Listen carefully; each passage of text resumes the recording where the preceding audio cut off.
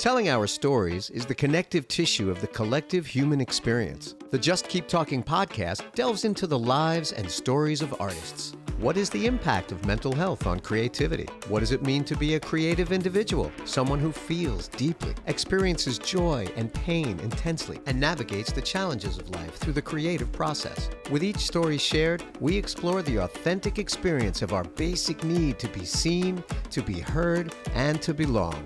We're really not so different from one another, nor are we alone. Together, we can inspire, encourage, and enlighten each other to find the true joy and fulfillment that is within ourselves. When we just keep talking, we create the space for gratitude, self-acceptance, and grace in everyday life. In a world filled with divisiveness, fostering inclusivity and connection is a powerful way to make a positive impact. The Just Keep Talking podcast with me, Brother Love, because your story matters.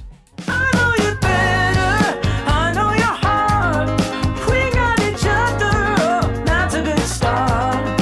If I just keep on believing in us, I know we can make it. I believe in our love. I believe in our love, baby. I know we can make it. I know we can make it, baby. I know we can make it. I know we can make it, baby. Yeah.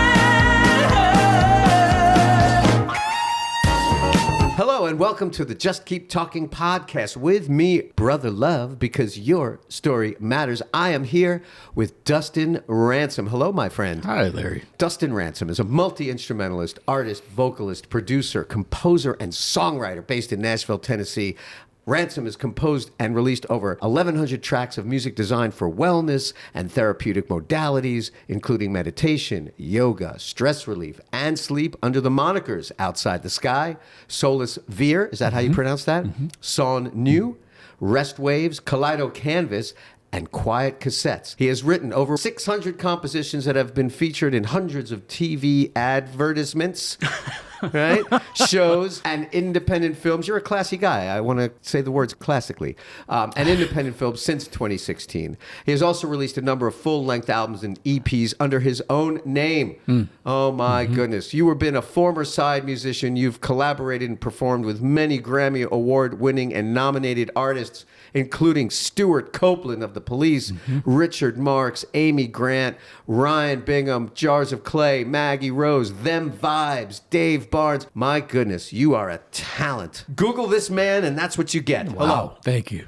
That's off your website. So if you wrote it, good I know job. it is off my website. It's interesting hearing that back to know what the through lines of those are. Like I played with Amy Grant one time. I played Right. one song with her. You know what I mean? Yes, I do. It's just interesting. That's like that is true, but it's like and You know what? You see it all the time. Yeah. Artists that are exactly that. They have to put the optic in front to the world.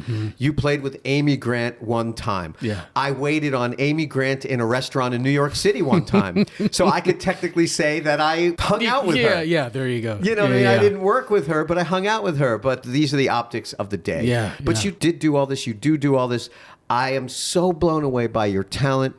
I'm blown away by your heart and who you are. And yet I feel like I don't know you at all. And how would I? It's okay. We've never hung out. I know. Well, it's always been in these very transient, passing through types of situations. Yeah. And it's shows or sessions or what have you. So here we are. Yeah. Face to face. I met you as a keyboard player. We were on a session with Dylan Hardigan, a cat that Alex and I from Them Vibes, we co-wrote a few songs that were cut on his record. And I remember going into the studio at Pentaveret Studios, Bobby Holland, and you were working. I think it was more of an ambient keyboard pad, something over the music to sort of enhance the music. And then you did your job and you left. And I thought, wow, I don't know who he is, but he's real good. And also, we're in Nashville, and I get it. I've told this story a million times. When I moved to Nashville as a drummer in a country rock band, and the band was signed to Warner Music, and the whole dance of working with big-time producers and all of that, I was not invited to go play on the sides for the record. Like, I moved to Nashville, and I thought, I'm here. Yeah. I left New York. I'm in the band.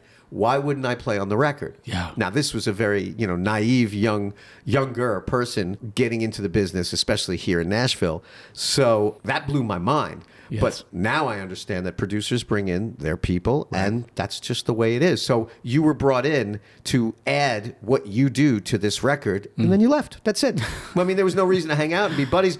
And I thought you had such charisma as far as, actually, no, it wasn't charisma. It was balls. And it was confidence. Thank you. That was the C word I was looking for. You did your pass, and you looked up, and you said, okay, I'm good. And that was it. And everybody said, yep, he's good. And I thought, wow, this guy, he really is. You were 1,000,000,000% perfect on that, and you left. And I thought, wow, I would love to know that guy. And Bobby was just like, no, he just did his job, and that was it. Yeah. And then I find out that that's not your first instrument. I find out that your beginning of your musical career was on the drums. Actually, it was on keyboards. Was it on keyboards? Keyboards and drums run the same time. Okay. So I would say both and. Oh. Yeah.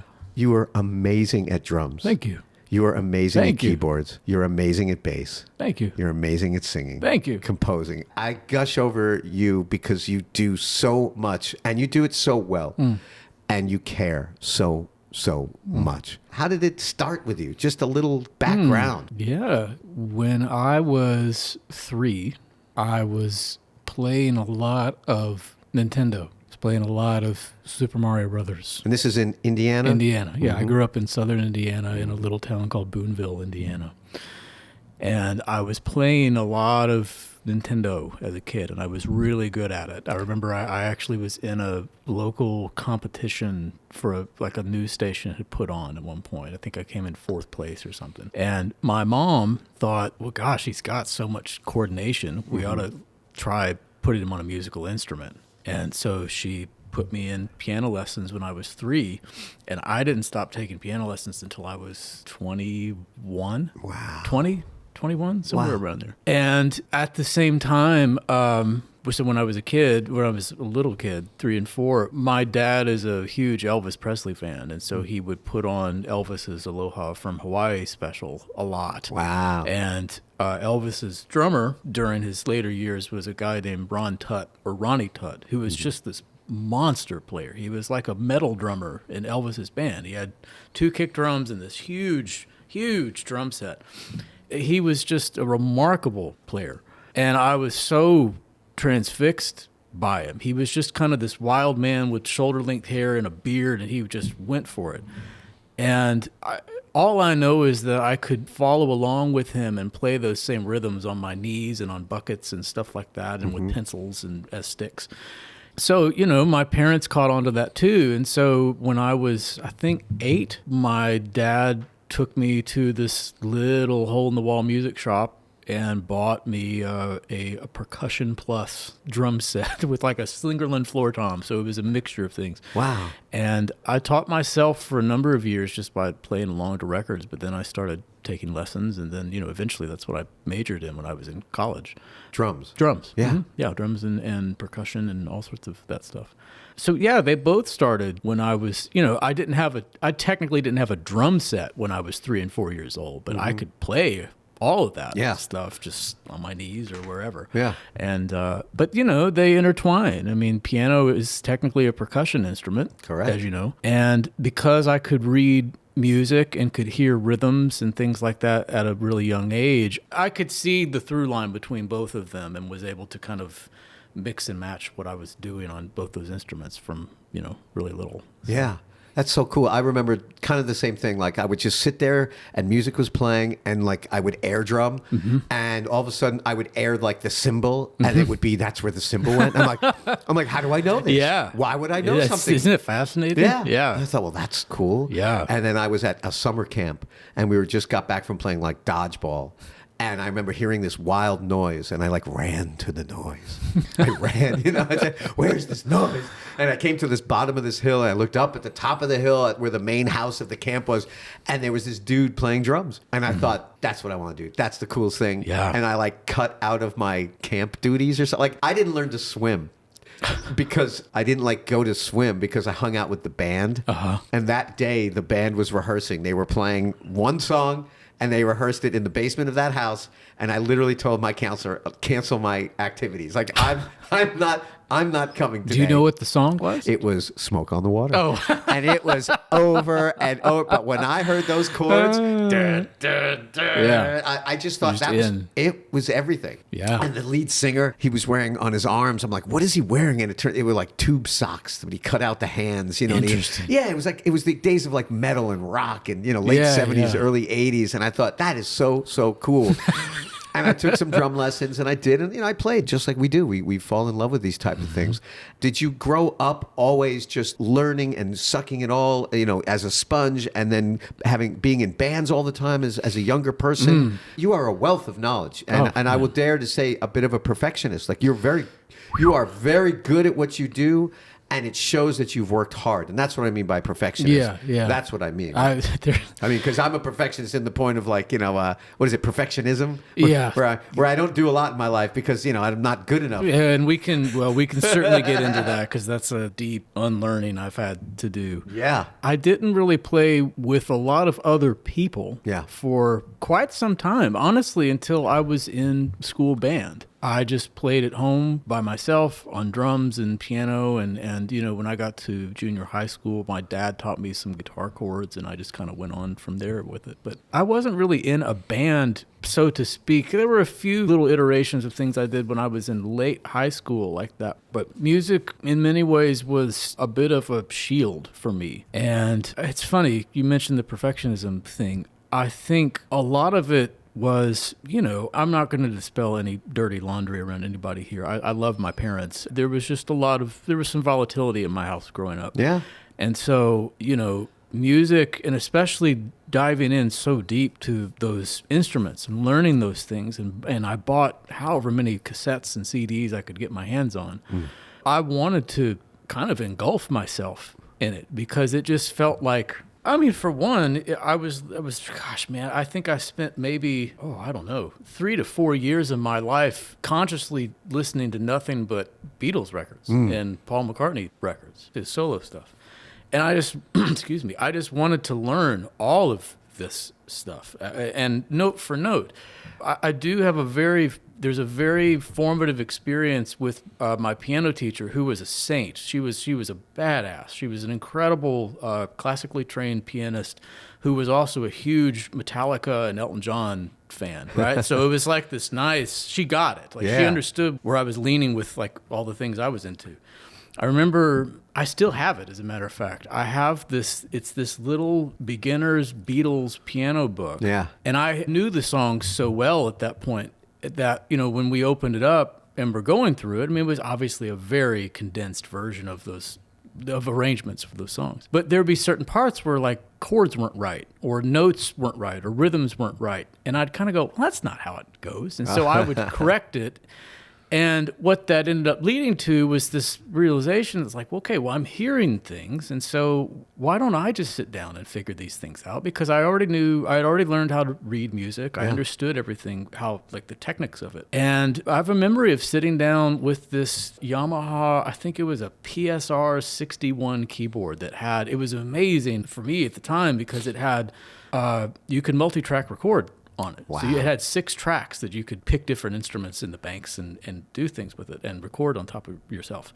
So I remember sitting in my basement learning all the parts to Bohemian Rhapsody. It just like on a night. I was maybe 12 or 13 years old. There was just something in me that was like, I can do this. Wow. And so I did it.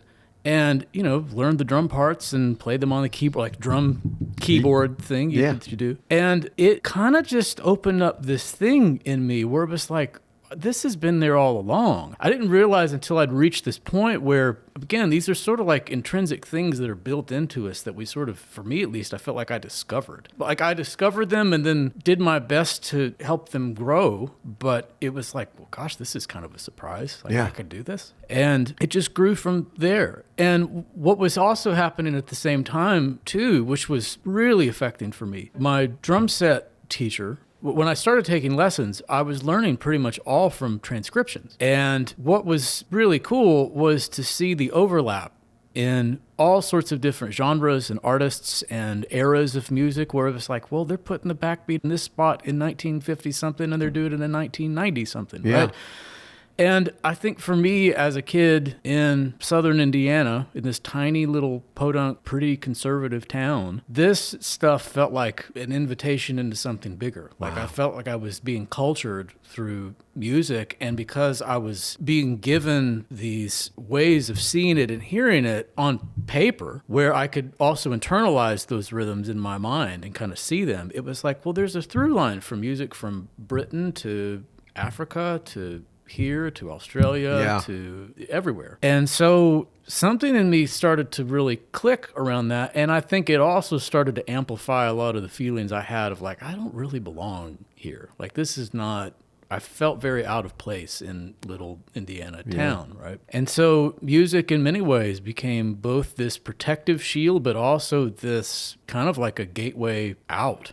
You know, there's an interesting dichotomy that I've grappled with in some ways. It was both very protective for myself, but yet I also wanted to connect very deeply with people through it. And so that dichotomy got very interesting to deal with. So like going back to what you mentioned about perfectionism, it was like I wanted to experience the same feelings that I felt listening to records that I was hearing. I mean, my tastes grew wide open, Right. you know, as people like my teachers were exposing me to different artists and genres and things. But I wanted to connect. And yet some of that perfectionism, some of that like holding myself and others to a high standard could kind of get in the way of that because I was wanting to grow and I had such a deep passion for it. A lot of other kids really loved it too, but it wasn't their passion. And I couldn't see that. Like for them, it was not necessarily an escape. It was just something fun to do. And this was just the way to do it. But I was like, you know, I really want to like ascend here. Like I want to touch some really deep stuff with this. And, you know, it kind of hit a wall. It wasn't that I didn't have people I could play with or friends that wanted to get together and do stuff, but it was just, you know, a little 7,000 person town in Indiana is not really ripe for artistic creative expression. So I ended up moving here to Nashville in 2005 and went to Belmont. I studied drums and continued piano lessons there, you know, jazz piano lessons. And we also learned classical percussion. And I also learned as much recording technology stuff as I could while I was there too. But again, the through line in all of this is that I wanted to connect and to touch people with what I was doing the way that I had been moved. But it was also underneath that this very high, and I mean, gosh, man, I could be such an arrogant little dick when I was in my early 20s around these things. I've since looked back in that and have kind of grieved some moments where I went, man, I really wish I had not been so insular with it and like really allowed other people to, you know, be a part of what I was doing and sort of glean off of them. And that got better over time, but I've gone off of like 8 exit ramps here, but this is No, I really appreciate it because that's kind of like how I know you and what I know of you is that you seem to want to go deep, so you deconstruct in order to reconstruct in order to have things make sense for you. And that can be a very lonesome place. And that can also put us not connecting, disconnecting with others. You know, you say you want to connect with people. I'm, you know, the same way. I would love to connect, but there are times when I don't because I'm so one-pointed and so not available to those around me that I've been an asshole. Absolutely. I've had to apologize to my partners, my wife, my partner Alex, and them vibes. I mean, there are times, tears in both of our eyes that I've had to say, I'm sorry again for treating you poorly because I just saw that we needed to get this done this way. And I don't ever mean it to be that my way is the only way. No. But if I hear it, I got to hear it out in the world. If I hear it in my head and I hear it in my heart, I have a problem just saying, or I have had a problem saying, hey, can you bear with me until we see this through? And then, you know, instead of being the asshole that I've been, which is, no, it's this way. You know, no, play it like this. Da, da, da, da, da, da, da, da, da, and just over and over and really separate myself when all we want to do is connect, which is just something. But I feel like you, on a musical level, are also on your own personal journey, as well as your mental health and your well-being. You are a deconstructing kind of a person for yourself. you digging deep all the time to find the best part of you. And coming to Nashville, you were able to do your own solo music. You've expanded, you dug deeper, you deconstructed who Dustin Ransom is, the artist, and found a multifaceted instrumentalist, healer of music, a creator of music that heals, meditative. You went in a place that not most of us go. And I'm just getting to this aspect of yourself that I really want to touch upon. What is it about you that digs deeper? Wow. It was a long way to get to that question. No. You're fine. Oh my gosh, Larry, that is a question. I want to touch the heart of things. Yeah. I do. It's funny. It's kind of like sum up my life in a sense. I would say ever since I was a little boy, I've always had this intrinsic sort of open, joyous, sort of explorative spirit. I've always loved to just like, for better or for worse, if there's a better way to say this, I'm not sure, to get my money's worth out of things. Like I want to experience the fullness of something as best as possible. It matters to me that I'm showing up as loving and open-hearted as I can. Yeah. And because of the gifts that I was given, and I think being touched by so many people who were using their gifts to their fullest potential, musicians and artists and creatives and things like that. I think part of me has always felt like I want to do that for people. Like I never want to short sell myself as a human being or as an artistic creative person and what I know that I'm capable of. And I think, again, to harken back to what you mentioned around like the perfectionism stuff, I think I used to confuse that thing with perfectionism. And I've really learned through a lot of, similar instances of what you described of having to apologize to people in the moment or sometimes a little bit later when I've really sat with something where I confused like the perfectionism with excellence. Or vice versa. I wanted excellence or I was striving for excellence, but I was pushing into perfectionism and it really isolates and pushes people away, which is what I don't want. I think some of it too, there was a bit of lone wolf syndrome in that, which, being a lone wolf doesn't mean you have to be a lonely wolf. Yeah. I'll give you a great example. The Police tributes that we've done where you've been a part of them. I was such a huge fan of that band that for me, it was an incentive to really go in deep and like experience it as close as possible as I could to what they were doing because I was like, this moved me so much. Like I want to stand in their shoes and just see how it feels. Because it was so moving to me. It affected me so positively. And so, I was able to purchase, thankfully, because of the ambient music I do, it's been very successful. So I was able to purchase the exact models of basses that Sting was using in the late 70s and early 80s for each era and, have Stuart Copeland's, the replica of his drum sets and all that stuff. I just love this. Like, I want to hear what this feels like. I want to be on stage and like as close as I can experience what this is. And what I found in doing those, this was not the first time I'd done some sort of tribute show. I did a McCartney thing years and years ago. Yeah. But what I found was these were further opportunities, whether I was planning this or not, to strip off all that protective Velcro. Because in essence, I had to learn how to trust people. And this had been a long journey from years prior in doing session work with people and what have you. There's so much we can go into here with this. But my point is that I'm on stage singing somebody else's songs. I'm singing these Police songs as Sting. I played bass and did the whole thing. But, I've got two other dear friends of mine on stage who are playing drums and guitar who are just crushing it. Yes. They're absolutely destroying it. And it was like I had to go through so many moments prior to that, years and years prior to that, to get to a place where I could trust other people to hold the type of weight that I thought I was only capable of holding, which it's naivete at best and it's arrogance at worst. It is. And I could technically play those parts that those other two guys were doing. I don't mean that braggadociously. I just know how to play that stuff. You and I are both drummers. We get the whole thing. I could have been the Stuart Copeland for those shows. But I didn't want to. Yeah. Any of these opportunities that arise that give me the sense of not having to be Dustin Ransom, or like the story I tell myself of who I am, really helps a lot. And so that was a very like fanboy-esque version of that. The meditative music stuff that you mentioned. Yeah. I mean, that has been, I would say, arguably one of the biggest lessons I've learned around this intersection of not even like trying to let go of ego. It just kind of falls away, and it's not always pleasant. But to do all this music that is not under my name, it's a blank canvas, essentially, creatively. I mean, it's not that I'm not bringing what I'm moved by to it, but it's not my name. Yeah. There's got to be a freedom in that. There is, and I don't have to tour it. I technically don't have to promote it. I don't have to become a personality behind it. And ultimately, it's helping millions of people. Yes. It is. And I don't exaggerate about that number. It's wild to see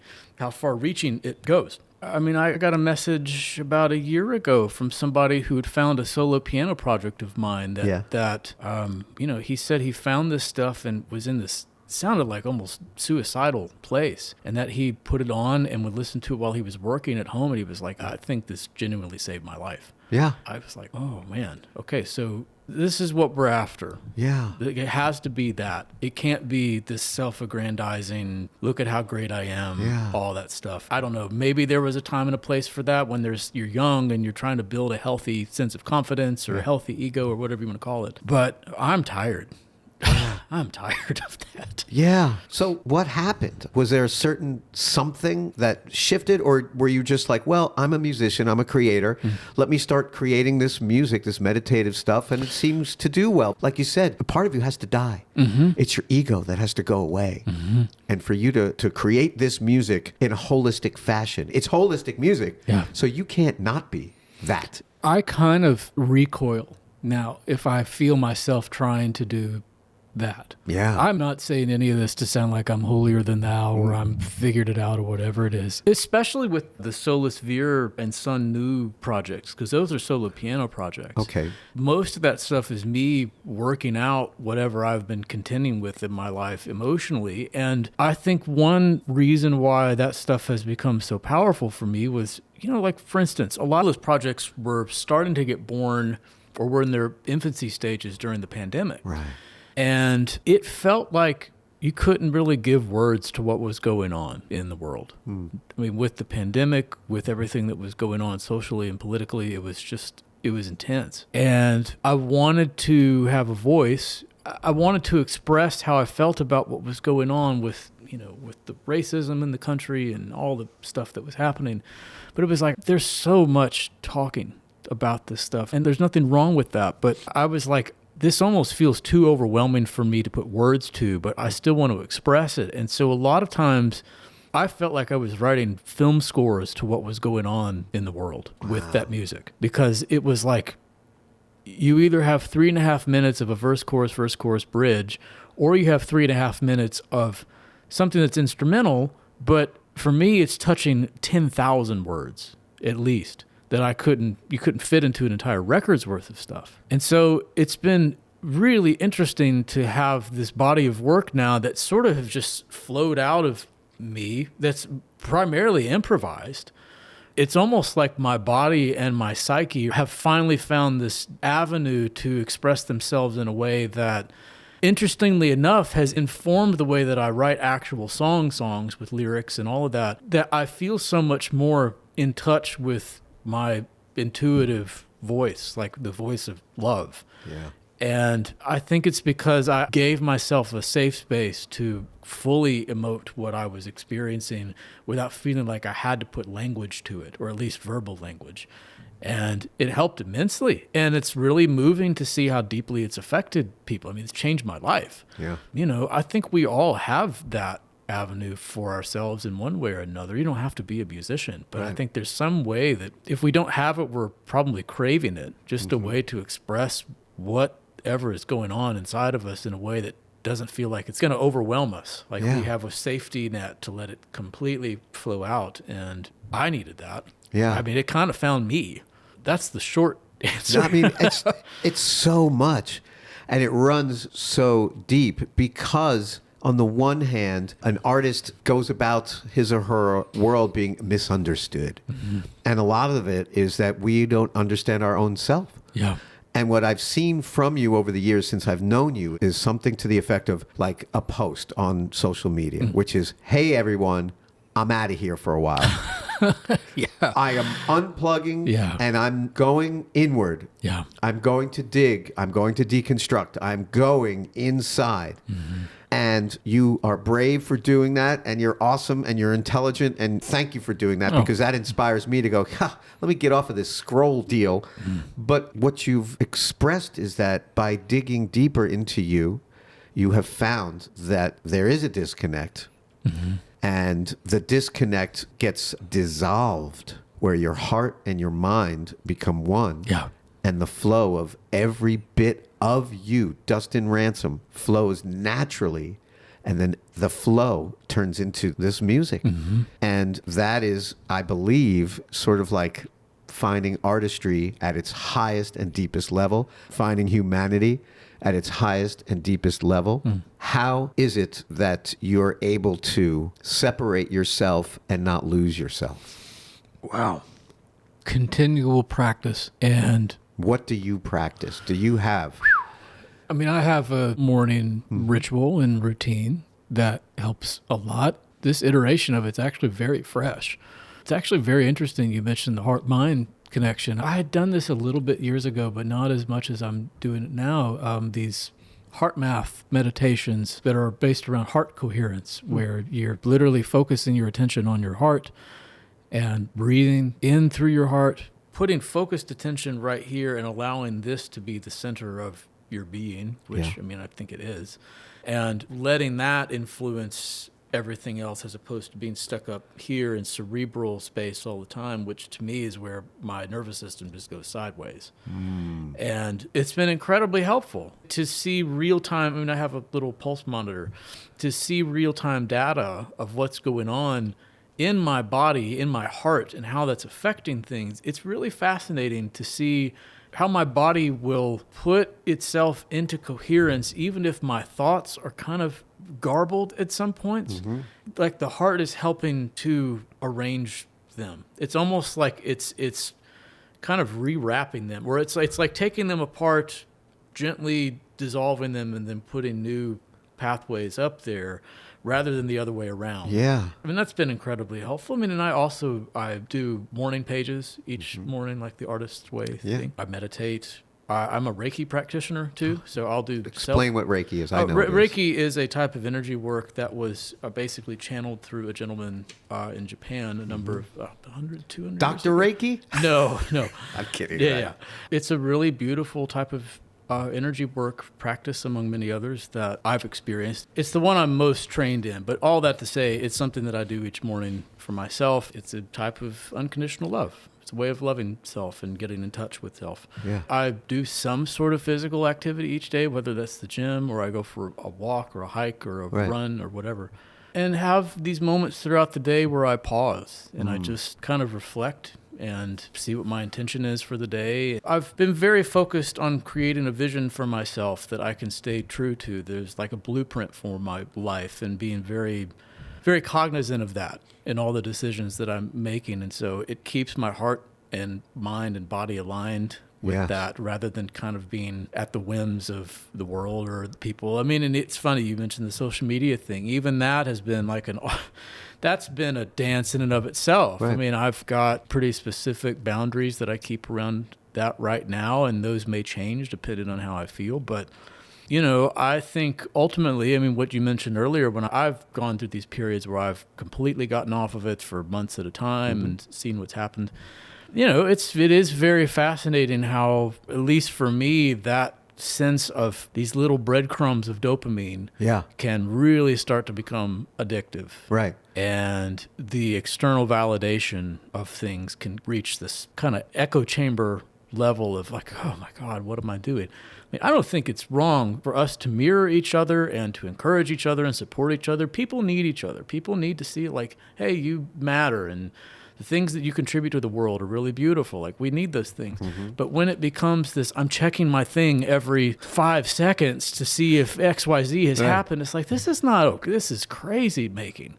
So it's a balance. And so I think a lot of it is, I mean, yes, coming home to self, but I also think there has to be a balance in that, to where ultimately this is not about me sitting at home in my corner becoming this enlightened master. That's ridiculous. It's like, I'm here to connect with people. I'm here to connect with the world, with my higher power internally and externally. And that's it. Inside out. Yeah. Inside out. It's the whole thing. Yeah. This. It's all connected. So I just want to talk a little bit about you as a bananas player. How the heck did you do all that? You were Sting. You were Sting. Oh, so what is your relationship? Are you friends with Stuart Copeland? Are you friends with anybody? I'm not. Just a little bit. I'm not friends with Stuart. Are you friends with Sting? I'm not friends with Sting. I've had one interaction with Sting. I actually asked him about ayahuasca a few years ago. Oh, yeah? At a question and answer thing. Did he answer you? He did. It was really great. I know Stuart peripherally through his drum tech, who's actually a very dear friend of mine, Jeff Seitz. He's great. Jeff is a sweetheart of a dude. Jeff invited me to play with Stuart a little over 2 years ago as part of Stuart's Police Arranged for Orchestra series. He arranged a bunch of police songs for orchestras, and he plays drums, but there's a point where he gets up and conducts the orchestra and a guest drummer sits in. So I got to do that. And then Jeff invited me to go to Texas a few months later to tech with him alongside Stuart, which was also great. But I mean, Stuart wouldn't, Stuart's got his life. He wouldn't remember me. I mean, he's been my favorite drummer since I was 12 or 13. Wow. Yeah. But Jeff is a very dear friend of mine. I mean, again, it's interesting. Like, this is, I think, the power of intention.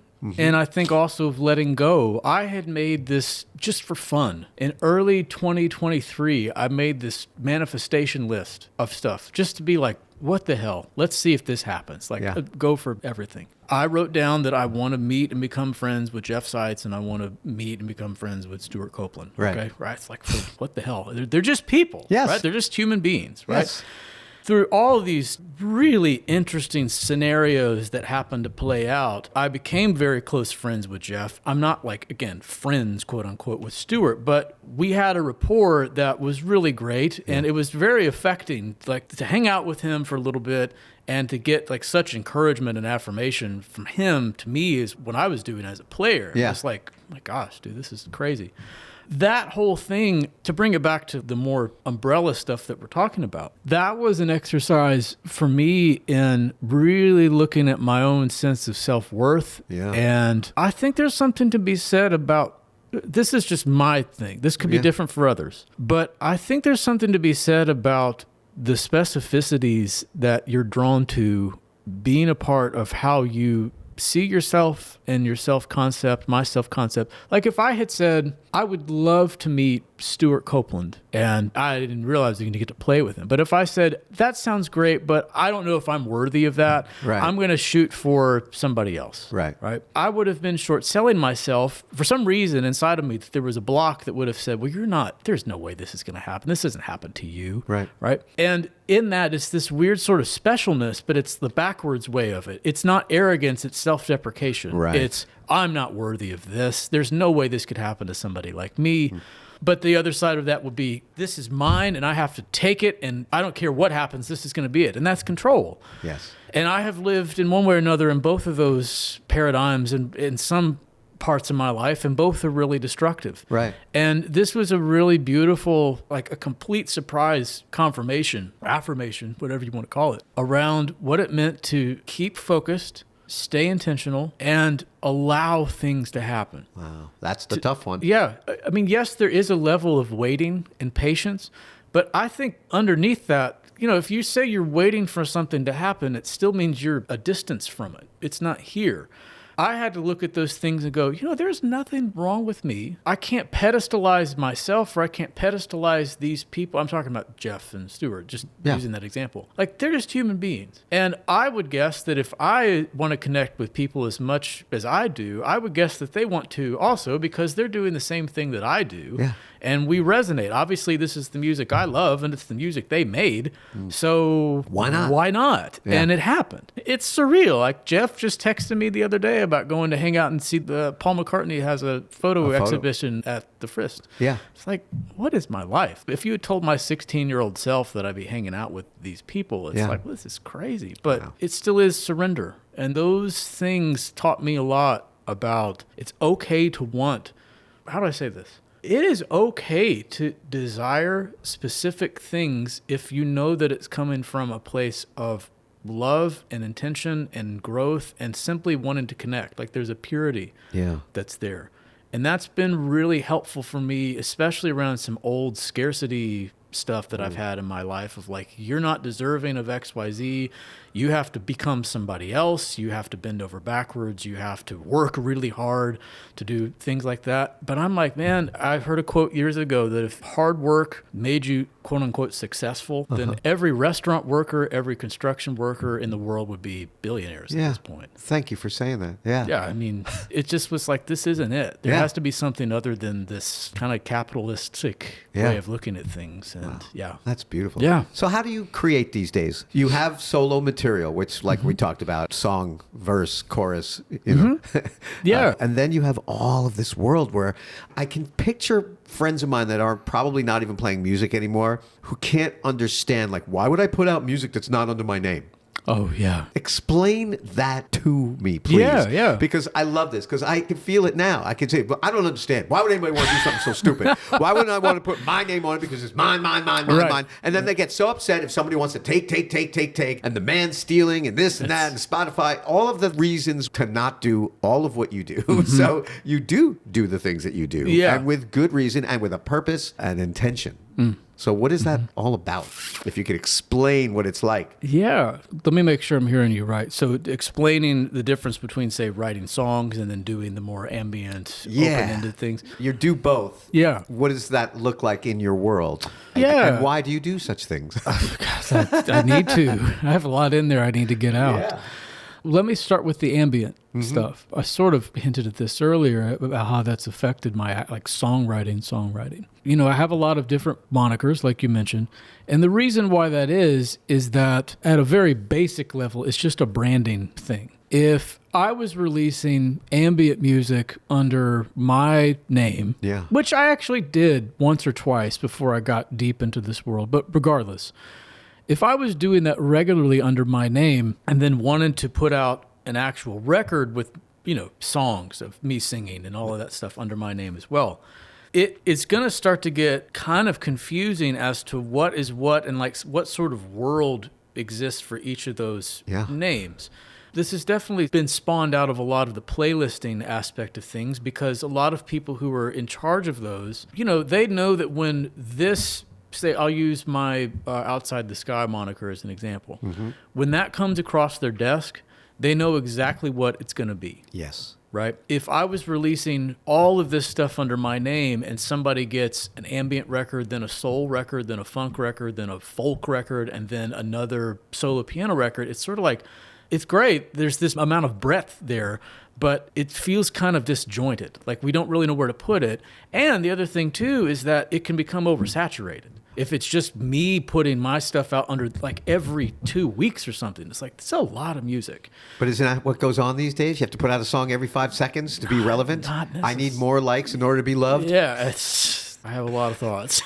Okay, yeah, but go on. Yeah. What's happened is that it's almost like each of these different monikers allows for these different worlds to be built where there's a healthy compartmentalization that happens. Yeah. Where I know when I sit down with my stuff that's released under my name, it's, okay, great.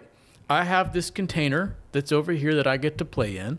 And I know that in having that container, it actually makes me more creative because there's healthy limitations. Right. It doesn't mean there may not be elements of what I do in these other things in that. Say I may have an ambient-esque Rhodes or whirly patch or something in it.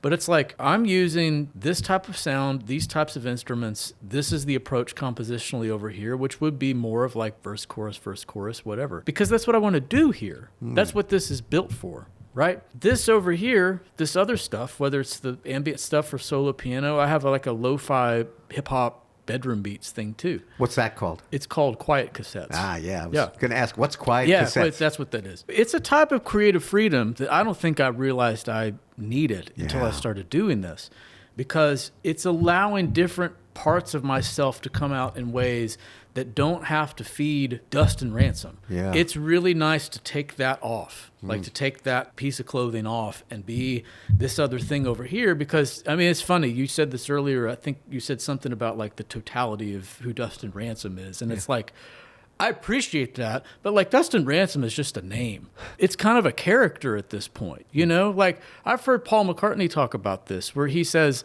when I get on stage, I have to be him. Right. I have to be that guy. When I step off stage, I'm just whoever it is. It's just like presence, right?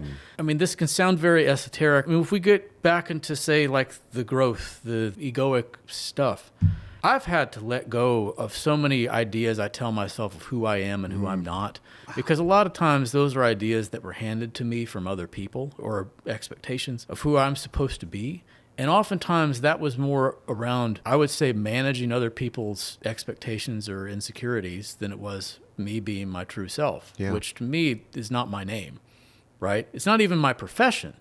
If I woke up tomorrow and decided to not be a musician, I'm just this, Yeah. right? It's not, oh, he's a former musician. Well, that's just a job. I'm grateful for it. I love doing this. But I've had to let go of a lot of this attachment to this thing that says this is what you have to do, because I'm not guaranteed this at all. Yeah. I could wake up tomorrow, again, it's something, I'm not calling this in, but something drastic could happen. So if we're talking about compositional differences between these two worlds, to me, they are influencing each other, and it just becomes this continuum. It's a chain. They are separate compartments, but they do have a through line in there, which is I have to be my true, authentic self. That's it. That doesn't have a name. It doesn't have an age. It doesn't have any of that stuff. I want to touch the heart of God. I want to touch the flow state. I want to be at one with Source. And that's where this comes through. And this is the path that I've been given to do that. And thankfully, I have all these different iterations of that now. Some are even starting to pop up. I'm going to be doing a solo classical guitar project soon. Wow. I'm grateful that my life has allowed me this much expression to where it has very graciously like softened a lot of the, oh, it has to be my way. Right. I'm so much more excited about other people's ideas and going, man, that's cool, and getting to be a part of that, because then I don't listen back to something and go, oh, that was me. I played everything on there. Yeah. It's this weird kind of backwards ownership thing that I used to really get off on when I was in my early 20s and maybe a little later. Yeah. Now I'm kind of like, man, I'm really glad I got to do something cool with my friends or people that I love. And like, look what they did, right? Look what we did. Yeah. That's so much better to me. Yeah, that's So- funny. I'm thinking of a conversation with a friend, and I said, how was the show? And they said, I played really well tonight. I said, okay, well, good for you. How was the show? Yeah. You know, and it's just that. You found an answer that so many of us don't even know we need to answer. It's like you found the flow, you found the freedom. Would you say that if you didn't find this or work towards this actively every day, because again, this isn't like you found a magic key and unlocked your magic heart and it connected to your magic mind and everything went, yeah. It's an active, ongoing process. If you didn't actively work on this freedom and flow, what would you be? I ask myself about this about me because I can be a very depressed person. I can be very lonesome all by myself. And it's just like, Same. well, you know, there's that person. I think they're on the spectrum a little bit. And there they are. And they have a visor and they count all day at their job. So they're really good at that. You know, and the visor helps to show me that they're an accountant and whatever. But thank goodness that they do what they do, because we need people like that. Right. And hear how I'm speaking about this imaginary Yeah, person? Like, right. I feel like I would be that person, and maybe you would be that person. Like if you didn't have the flow and you would just be an other. I've had to be incredibly honest with myself around what it is I actually want. Yeah. Which is to connect with people at a very deep, intimate level. Yeah. And what that has looked like is getting past the protective aspect of what I've been given as far as my gifts go, and having to say, you know, this isn't even about somebody necessarily having a better idea or a worse idea.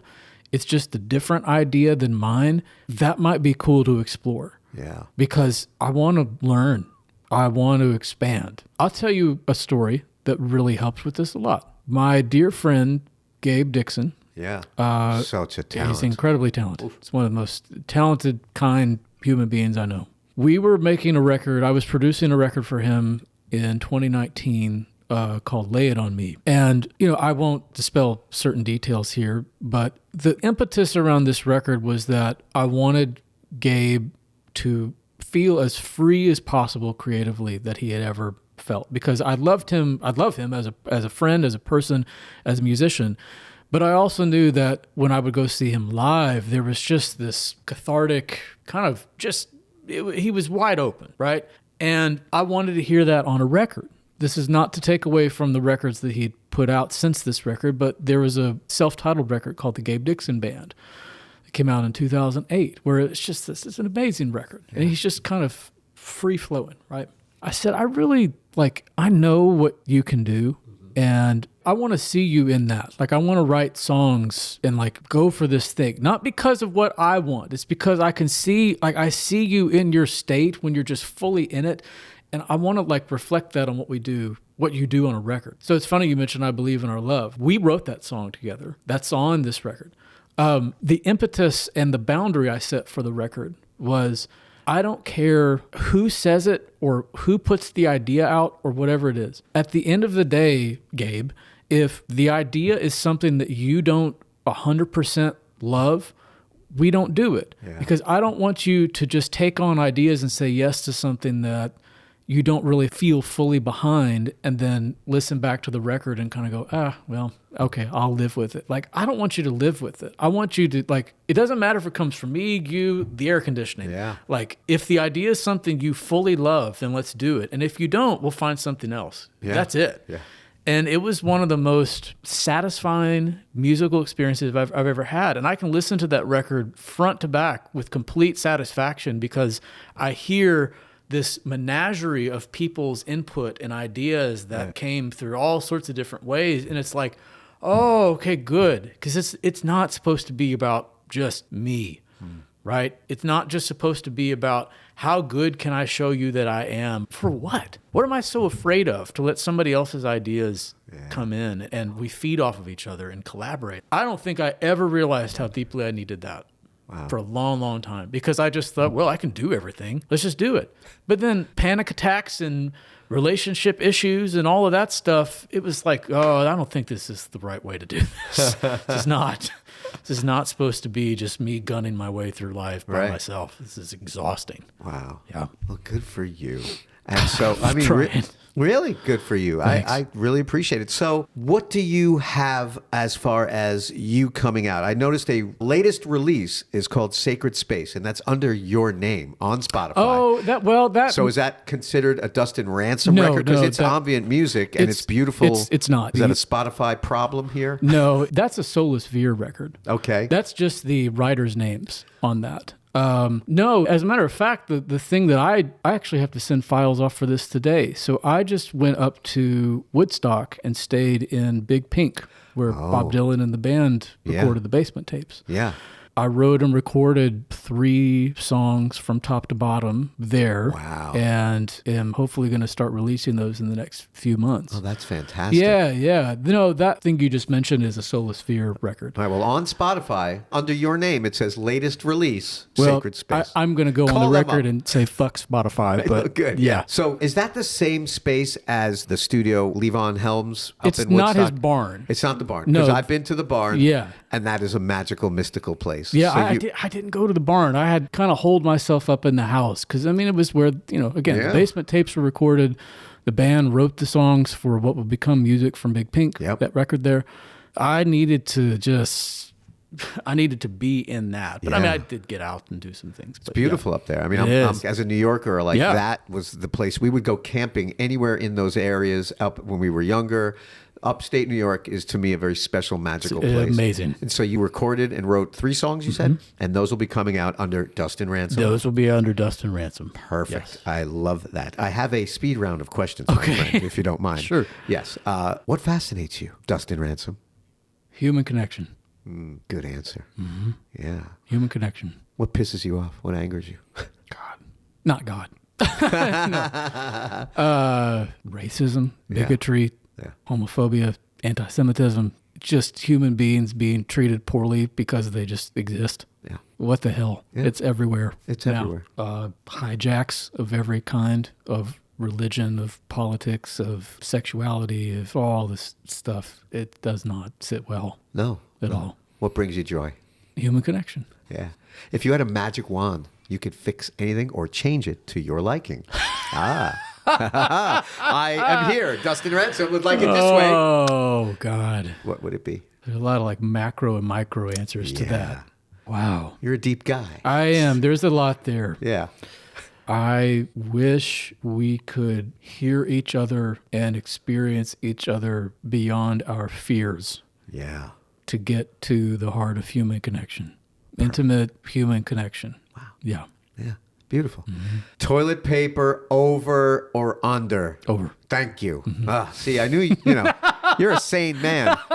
Dustin Ransom, multi-instrumentalist, artist, vocalist, producer, composer, songwriter. Oh, my goodness. Thank you so much. Thank you. Give us the commercial. If we want to find you in different ways, Oh, boy. give us the rundown, really, because I there will. are many ways to find what you do and who you are without Sure. even knowing it's you. Without even knowing it's me. My website is dustinransom.com. My Instagram is @DustinRansomMusic. And if you go listen to things, you can find things under my name. I have some ambient projects, Outside the Sky, Rest Waves, Kaleidocanvas. I have the 2 solo piano projects, which are called Solus Veer and Sun New, and then a lo-fi trip-hop beats thing called Quiet Cassettes. I feel like I'm forgetting something in there, but It's funny because people ask me all the time, what are you listening to? And I'm listening to you, and I don't even know that I am. I mean, I'm listening to music that soothes my soul. Yeah. Not necessarily just like I want to escape anything. It just rewires my brain to match where my heart wants it to be. yeah.